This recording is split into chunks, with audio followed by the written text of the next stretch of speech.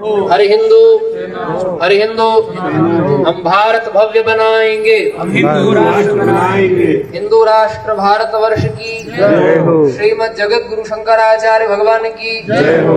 धर्म सम्राट स्वामी श्री करपात्री जी महाराज की जय हो। गोवर्धन मठपुरी पीठाधीश्वर श्रीमद जगत गुरु शंकराचार्य भगवान की जय हो।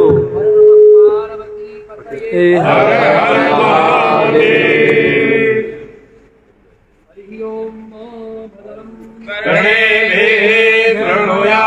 देवा भद्रं पश्येमाक्षभिर्यजत्रा तेरैरङ्गै तुष्टवागुंसस्तनोभिर्व्यसेमहि देवहितं जगायुः शतमेन्दु शरदो हन्ति देवादिप्राणश्चक्राद्यसन्तनो नाम पुत्रास यत्र पितरो भवन्ति मानो मध्यादेर्गतायुर्गन्तो आदितिर्द्यौरदितिरन्तरिक्षमदितिर्माता सपिता सपुत्रा विश्वे देवा आदितिः पञ्चजना आदितिर्जातमदितिर्जनित्वम् द्यौः शान्तिरन्तरिक्षं शान्तिः प्रथमे शान्तिरापः शिरोखदयः शान्तिः वनस्पतयः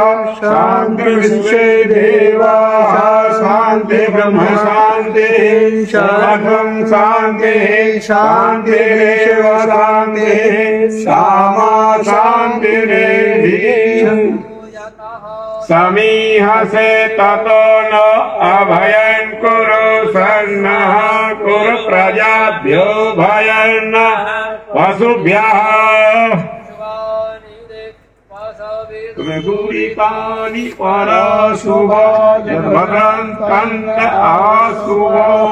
श्रीमद जगत शंकराचार्य भगवान की जय हो। सत्य सनातन धर्म धर्म की जय हो। धर्म की जय हो। धर्म का हर हिंदू भारत भव्य बनाएंगे, हिंदू राष्ट्र बनाएंगे। हिंदू राष्ट्र भारत वर्ष की जय हो। श्रीमद जगत गुरु शंकराचार्य भगवान की जय हो। धर्म सम्राट स्वामी श्री करपात्री जी महाराज की जय हो। गोवर्धन मठपुरी पीठाधीश्वर श्रीमद जगत गुरु शंकराचार्य भगवान की जय हो। हर नमः पार्वती पतये हर हर महादेव।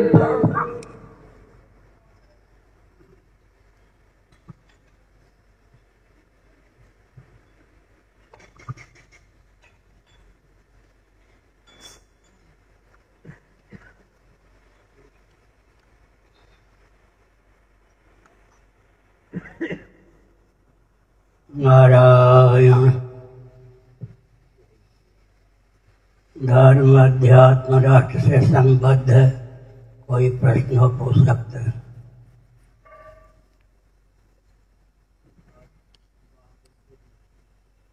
किसका विवाह?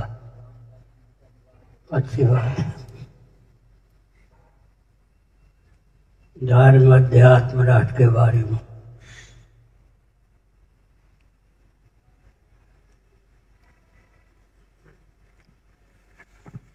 गुरु भगवान के चरणों में प्रणाम। ये महाराज जी, जो गुरु गोरखनाथ की जो परंपरा है कितने हजार वर्ष पुरानी है, कृपया बताएं। हरियाणा क्या क्या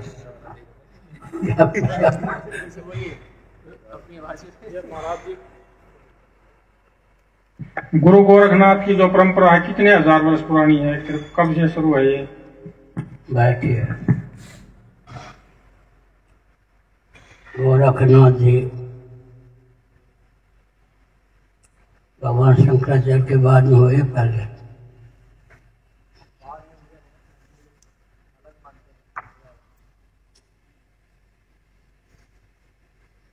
दो प्रथा है। एक की भगवत पाद शंकराचार्य महाभाग तो ईस्वी सन से 507 वर्ष पूर्व हुए, उनके बाद में हुए। एक परंपरा है कि शंकराचार्य के पहले हुए, उनकी मान्यता है अपनी भिन्न भिन्न।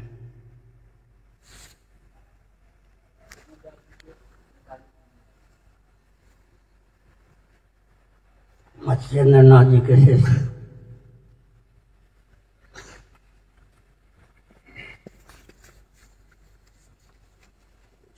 और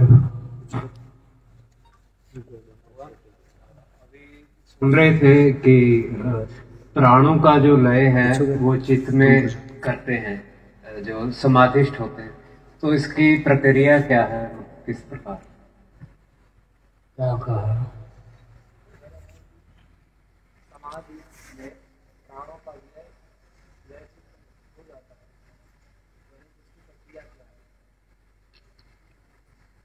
प्राण स्पंदन का भी भान नहीं रहता। सुसुप्ति में भी जब प्राण स्पंदन का भान नहीं रहता तो समाधि में संभव ही नहीं है। तमोगुण की प्रगल्भता से सुसुप्ति ये गाढ़ी नींद है, सत्वगुण की प्रगल्भता से समाधि है। समाधौ अचला बुद्धि समाधौ न विधीयते, भगवद गीता 2 अध्याय।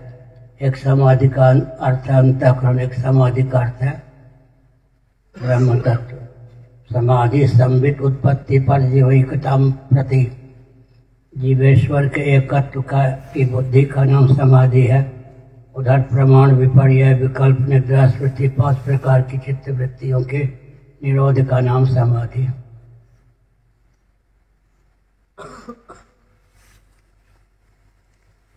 नमस्कार महाराज जी, जो जीव अध्यात्म के पथ पे चलता है, जो आगे जाता है, तो इसकी कोई परसेंटेज होती है कि उसको इतना अध्यात्म में या इतना भगवान का स्मरण करेगा या चिंतन करेगा तो उसको स्वर्ग की प्राप्ति होगी, और इतना करेगा तो उसको उसकी मुक्ति हो जाएगी।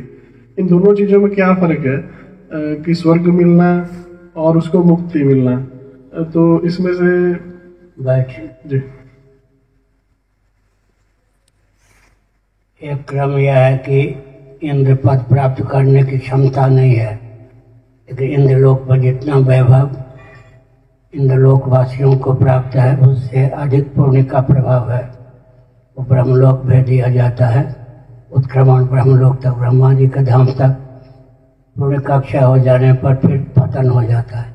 एक मोक्षा के प्रभाव से अगर ब्रह्मलोक जाता है, ब्रह्मा जी उसको तत्व ज्ञान को उपदेश देते हैं, ब्रह्मा जी के साथ ही वो केवल मोक्ष को प्राप्त हो जाता है महाप्रलय के समय।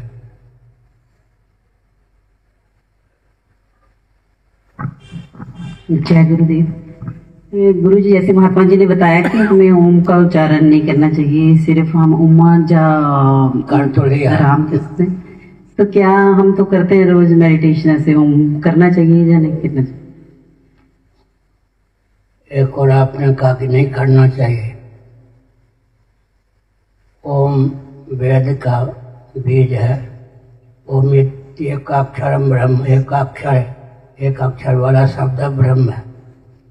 यद्यपि अकार उकार मकार अनुस्वार के योग से ओम बनता है, लेकिन संग शक्ति की महिमा यह है कि ओम को भी भगवान ने एकाक्षर ही कहा। शब्द ब्रह्म है, उसका अर्थ है तस्य वाचक प्रणव। योग दर्शन के अनुसार ब्रह्म का वाचक है, अर्थात वाच्य ब्रह्म ही है, अथवा लक्ष्य और लक्ष्य ब्रह्म ही है। ब्रह्म ने सच्चिदानंद स्वरूप आत्म तत्व जो कि नित्य है, विभु है और सर्वाधिष्ठान सर्वोपादान आनंद स्वरूप है।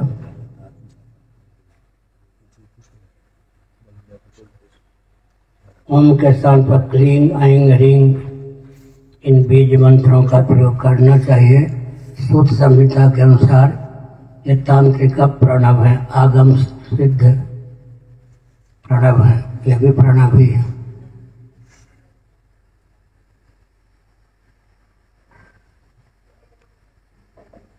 और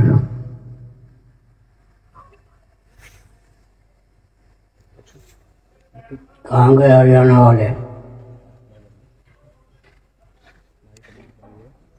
वहाँ की बोली बहुत अच्छी होती है।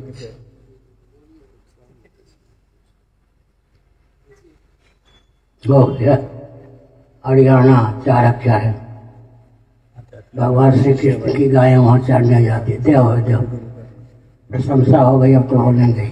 महाराज जी, एक हमारे छोटे भाई का प्रश्न, वो कहते हैं मरने के बाद ऐसा कौन सा नाम है जो मरने के बाद भी काम आए? जीते जी जैसे राम कृष्ण करते हैं, ऐसे मरने के बाद भी जो वही नाम राम कृष्ण यहाँ वहाँ मंगलप्रद है।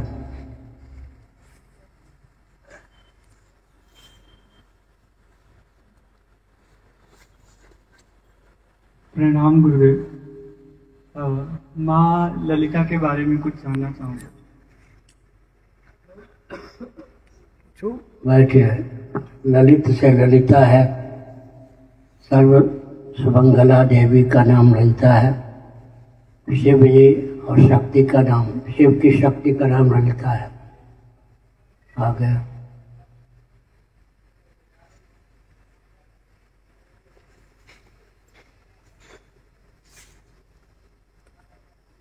गुरुदेव भगवान के चरणों में कोटि कोटि प्रणाम।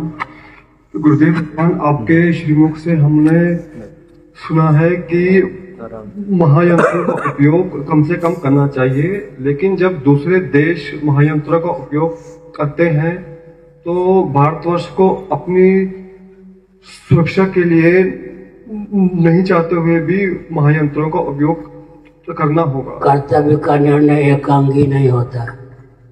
गीता के अनुसार अर्जुन का पक्ष था कि विवेकी का दायित्व अधिक होता है। भगवान श्री कृष्ण कहना था माना कि विवेकी का दायित्व अधिक होता है, लेकिन कर्तव्य का निर्णय एकांगी नहीं होता। दुर्योधन आदि ने तुम्हें उसका गाढ़ पर खड़ा कर दिया है। यहाँ क्षात्र धर्म ललकारता हुआ तुम्हें कहता है अब युद्ध ही करो। मनुस्मृति 1163 महायंत्र प्रवर्तनम, महायंत्रों के प्रवर्तन प्रतिबंधित रहने चाहिए। मनु जी के समय भी अगर महायंत्रों के निर्माण की क्षमता व्यक्तियों में न होती तो यह प्रतिषेध वचन क्यों होता? अप्राप्त का प्रतिषेध नहीं होता। महायंत्रों का प्रचुर उपयोग बेरोजगारी में हेतु है, हिंसा में हेतु है, सब प्रकार से अनर्गल है। अब एक व्यक्ति नहीं 15 व्यक्ति जितना काम कर सकता है उतना तो महायंत्रों के द्वारा 15 मिनटों में हो जाता है। बेरोजगारी में भी हेतु है।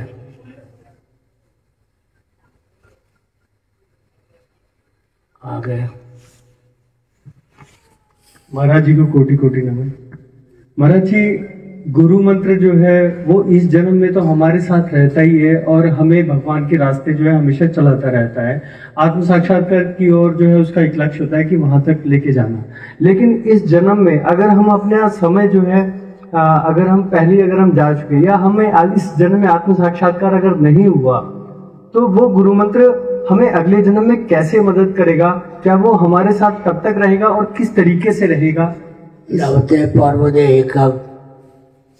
अगले जन्म में भी वो भगवत तत्व के उन्मुख कर देगा, योगा भ्रष्ट बना देगा। योगा भ्रष्ट को जो जन्म लेते हैं तो योग को प्राप्त कर लेते हैं, भगवत तत्व के और जीव के तत्व का बोध उनको प्राप्त हो जाता है।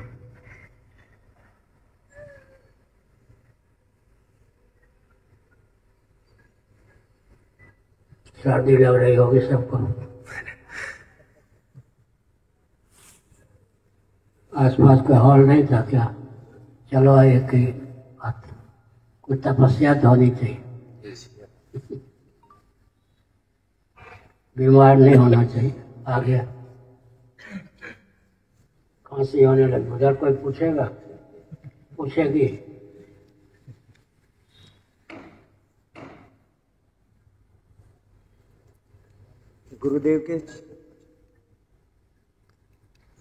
गुरुदेव भगवान के चरणों में कोटि कोटि नमन। मैं ये जानना चाहता हूँ, जैसे कि आप देख रहे हैं मैं युवा हूँ और मैं चाहता हूँ कि हमारा देश हिंदू राष्ट्र बने और साथ ही गौ रक्षा भी हो सके। तो इसके लिए युवाओं को क्या करना चाहिए? मतलब क्या हम ऐसा करें कि जिससे बहुत ही जल्द हमारा जो देश है हिंदू राष्ट्र बन सके? हमारी गौ माता को जिस तरीके से प्रताड़ित किया जाता है भारत के अंदर, वो चीज़ें खत्म हो, तो हम उसके लिए क्या करें? बैठे। एक विचित्र तथ्य है, आज भी कहा था यहाँ पे, कल कहा था, बैलगाड़ी का उपयोगिता होता नहीं, बैलगाड़ी है नहीं, बैलों की उपयोगिता नष्ट कर दी गई। गौ शब्द स्त्रीलिंग पुल्लिंग दोनों दृष्टियों से विपरीत है। हल में बैलों की उपयोगिता रह गई, खत्म हो गई। जर्सी गाय और रामदेव बाबा के अनुसार तो गधी का दूध का गुण बहुत है, गधी का दूध पीकर भी काम चला सकते हैं, इसलिए गायों की उपयोगिता विलुप्त हो गई। एक पंजाब नामक प्रांत है कोई, उधर से मैं आया हूँ अभी, वहाँ तो ऐसे इंजेक्शन का आविष्कार किया गया है कि गाय बछड़े को जन्म भी न दें। इस प्रकार से पृथ्वी के धारक जितने तत्व हैं सब पर विपत्ति है, सब विकृति की ओर विनाश की ओर अग्रसर है। गोभिर विप्रेश वेदैश्च सत्य भी सत्यवाद भी अलुब्धैर दानशील सप्तभृत धार्यते। वही स्कंद पुराण माहेश्वर कुमारिका खंड अध्याय, काशी खंड अध्याय 2 दोनों जगह दूसरा अध्याय है। एक ही पुराण में एक वचन 2 बार प्रयुक्त हुआ है। गोवंश पृथ्वी का धारक है, सदाचार संयम संपन्न वेदज्ञ ब्राह्मण पृथ्वी के धारक हैं, ऋगादि वेद पृथ्वी के धारक हैं, सती साध्वी देवियां पृथ्वी को धारण करती हैं, निर्लोभ व्यक्ति पृथ्वी को धारण करते हैं, दानशील व्यक्ति पृथ्वी को धारण करते हैं, सातों पर विपत्ति है। लेकिन भगवान के अंशावतार कारकोटि के महापुरुष या साक्षात भगवान का भी अवतार तब होता है जब इन सब पर विपत्ति प्राप्त हो। सीधे ही विप्रदेन और धरणी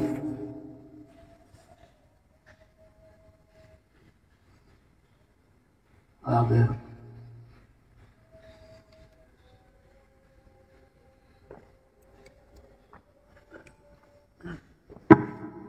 भगवान ध्वज जो होता है उसका क्या महत्व है? आज जैसे राम मंदिर में प्रधानमंत्री जी वो ध्वजा का कर रहे थे, ध्वज का क्या कर रहे थे? मतलब स्थापना कर रहे हैं, ध्वज की स्थापना, ध्वजारोहण कर रहे थे। ध्वजारोहण जो मैं क्या करूं? नहीं मतलब उसका महत्व क्या है? ध्वज का क्या महत्व? ध्वज का बैठिए। महाभारत में एक शब्द है धर्मध्वज, प्रशंसा के अर्थ में। तुलसीदास जी ने लिखा दिक धर्मध्वज, धर्म की केवल ध्वजा फहराता है, धर्माचरण से भिन्न है, वो धर्मध्वज हो गया। और धर्म की ध्वजा भी फहराता है, जीवन भी धर्म के अनुकूल है, प्रशंसा का अर्थ में है। एक ही शब्द महाभारत में प्रशंसा के अर्थ में, रामचरितमानस में निंदा के अर्थ में। ध्वज जो है अर्जुन के रथ पर कौन सा ध्वज था? कपित ध्वज। हनुमान जी थे, उनके इष्ट देव राम जी कृष्ण होकर विराजमान थे। उस समय समय पर इतना विकराल रूप धारण कर लेते थे, दुर्योधन इत्यादि कांप उठते थे। उन्होंने कभी कभी तो बहुत जोरों से ठाका मारते, कभी हुंकार करते, अपना जलवा वहां भी दिखाते थे, जैसे आप दिखा रहे हैं।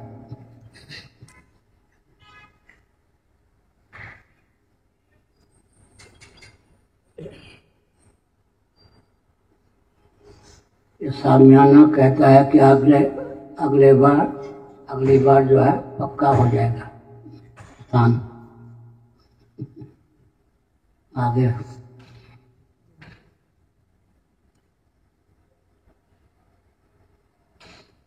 ये हंसने वाले पूछोगे? पूछिए। कथा वचन हो गए, इनके कोई प्रश्न नहीं होते। और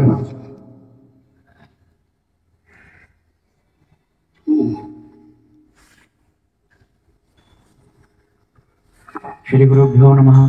परम पूज्य शिव अवतार गुरुदेव के चरणों में कोटि कोटि प्रणाम। गुरुदेव जैसे हम कर्म कांड का कार्य करते हैं तो कर्म कांड में वर्तमान समय में लोग जल्दी से पूजा करवाने के लिए कहते हैं, इसमें कर्म का लोप हो जाता है, तो उसका क्या प्रायश्चित है और इसका दोष ब्राह्मण को है या उनको कह देना चाहिए जल्दी कराएंगे तो अल्प फल मिलेगा, पूर्ण रूप से कराएंगे तो पूरा फल मिलेगा। अब जो आप कहें उसी का अनुसार करा दूं तब उनकी बुद्धि ठीक हो जाएगी, अकड़ ठीक हो जाएगी।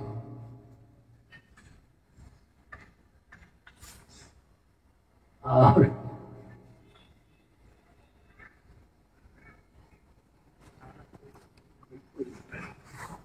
ये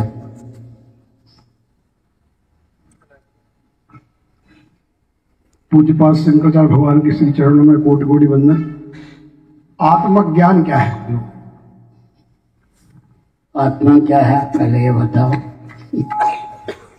आत्मा को आत्मा का अनुरूप जानना आत्मज्ञान है। अनात्म वस्तुओं से विविक्त गुणमय भाव से अतिक्रांत स्वयं को सच्चिदानंद स्वरूप अद्वितीय जानना आत्मज्ञान है। हो गया आत्मज्ञान? हो गया क्या? कल से इनको ब्रह्मनिष्ठ कहना शुरू कर देना। याद रखो।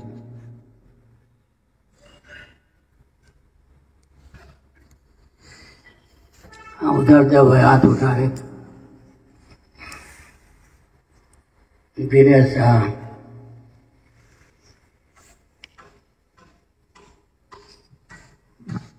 गुरु जी के चरणों में कोटि कोटि प्रणाम। गुरु जी, मेरा ये प्रश्न है कि एक मान्यता चल रही है अपने समाज में कि कोई भी आपकी इच्छा है तो मन्नत मांग लो, ये कहाँ तक उचित है? जांचिए जानक जीवन सो जही जांचत जाजकता जड़ जाए। क्या प्रश्न कहना?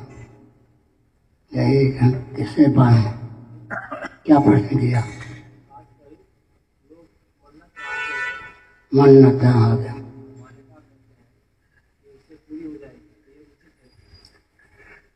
भगवान के अर्थ और अर्थार्थी भक्त भी होते हैं ना। मुल्लाओं के कब्र पर जाके नहीं मनौती मांगते, भगवान से मांगते हैं। इतना तो अच्छा हुआ। अर्थ और अर्थार्थी भक्त भी होते हैं, जिज्ञास भक्त भी बिरले होते हैं। ज्ञानी तो करोड़ों में कोई एक होते हैं। मनोरथ की सिद्धि के लिए भगवान की प्रार्थना करना अर्थ अर्थार्थी भक्तों का स्वभाव है, वो भी उचित है। आगे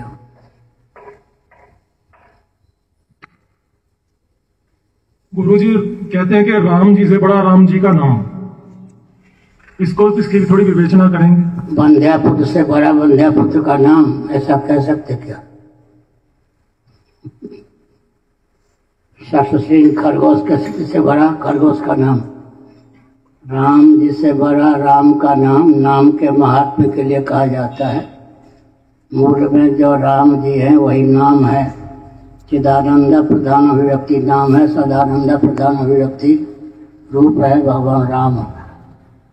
मौलिक धरातल पर दोनों का एकत्व है। नामाधीन ज्ञान होता है, ज्ञानाधीन वस्तु की उपयोगिता होती है। इस दृष्टि से नाम का महत्व स्थापित किया गया है। वस्तुतः तो नाम ही ना हो तो नाम का क्या बात है? आगे गुरु जी, जब जीव जन्म लेता है तो उसको कुछ आत्माओं के साथ उसको अपना जीवन यापन करना पड़ता है। जैसे मेरे पिता है, माता है, पत्नी है, बहन है। तो इसके पीछे कोई सिद्धांत होता है? जैसे मान लो मैं सिंगला जी के परिवार में ना जन्म लेके मैं अपने कुल में जन्म लिया मैंने, तो इसका क्या कोई साइंटिफिक इसके पीछे कोई तत्व ज्ञान है कि मुझे उसी परिवार में उन्हीं आत्माओं के साथ जीवन? जिस प्रकार की योग्यता होती है उसी परिवार, उसी प्रकार का परिवार बनता है। अथवा योगी नाम कुले भौजी गीता।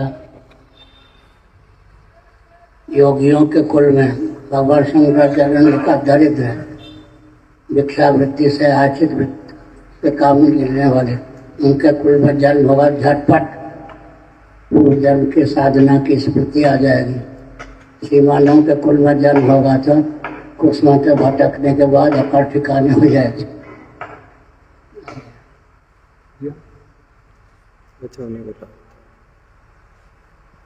गुरु जी के चरणों में कोटि कोटि नमन। भगवान, प्रभु के तत्व ज्ञान को हम कैसे प्राप्त कर सकते हैं? साधारण मनुष्य ज्ञान मोक्षपद वेदवकाना धर्माचरण वेद शास्त्रानुमोदित वर्णाश्रम के अनुकूल सामान्य धर्म के अनुकूल वर्ण तो वर्णाश्रम धर्म उसके अनुकूल आचरण करेंगे तो धर्म का फल है वैराग्य। वैराग्य माने अनासक्ति, लोक पर लोक दोनों से अनासक्ति। वैराग्य का फल है योग समाधि, समाधि का फल है ज्ञान, ज्ञान का फल है मोक्ष। एक पंक्ति याद कर लीजिए, पूरे साधन क्रम को साधना क्रम को तुलसीदास जी ने पंक्तित किया है। धर्म ते विरत योग ते ज्ञान मोक्ष पद बखान। मोक्ष पद माने आत्मा तो नित्य मुक्त ही है, लेकिन अनात्म वस्तुओं से विमुक्त गुणमय भाव से अतिक्रांत आत्मा को आत्मा का रूप समझते।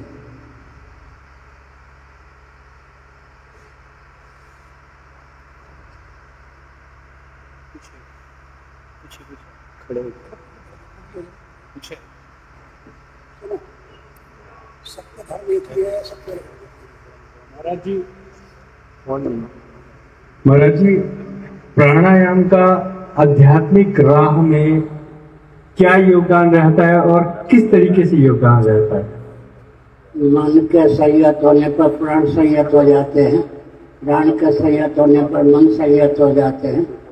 प्राण वायु पोद्बलक है, उसी से बल प्राप्त करके अंतःकरण अपने भावों को व्यक्त करता है।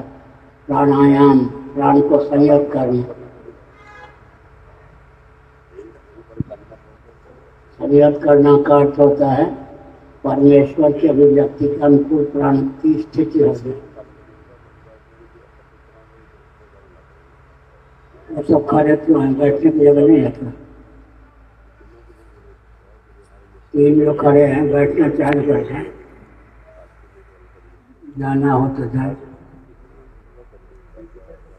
ड्यूटी कर रहे हैं? अच्छा, पुलिस वाले हैं। एक इधर मुँह करके, 2 उधर मुँह करके बैठ गए।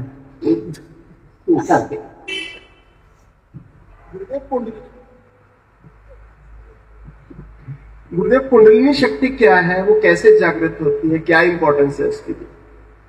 कुंडलिनी शक्ति बात करता पहले और चर्चा किया।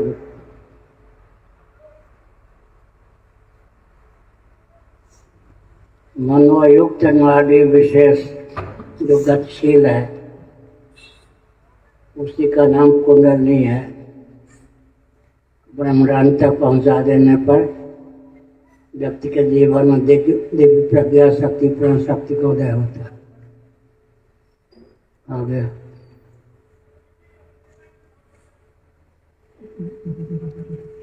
गुरुदेव भगवान के चरणों में कोटि कोटि नमन। गुरुदेव भगवान, हम जीवों में स्वयं की कोई भी शक्ति नहीं होती, जो भी शक्ति है परमात्मा की दी हुई है।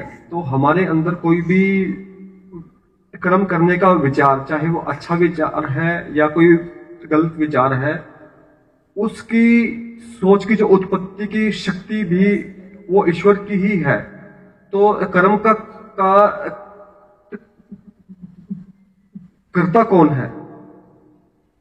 भगवान को ही बता दीजिए कि पाप कराते हैं वो पूर्ण करता हूँ मैं। बाकी बता तो है। अब बिजली है ना, विद्युत, उसके प्रकाश में कोई ध्यान भी कर सकता है, उसके प्रकाश में कोई बुरा काम भी कर सकता है। ऐसे ही परमात्मा की शक्ति तो विद्यमान है, उसी के अनुसार व्यक्ति के अंतःकरण में बुरे विचार या जो संस्कार के अनुरूप ही अच्छे विचार आते हैं, अच्छे बुरे काम करते हैं। लेकिन परमात्मा अच्छे बुरे काम के साक्षी है।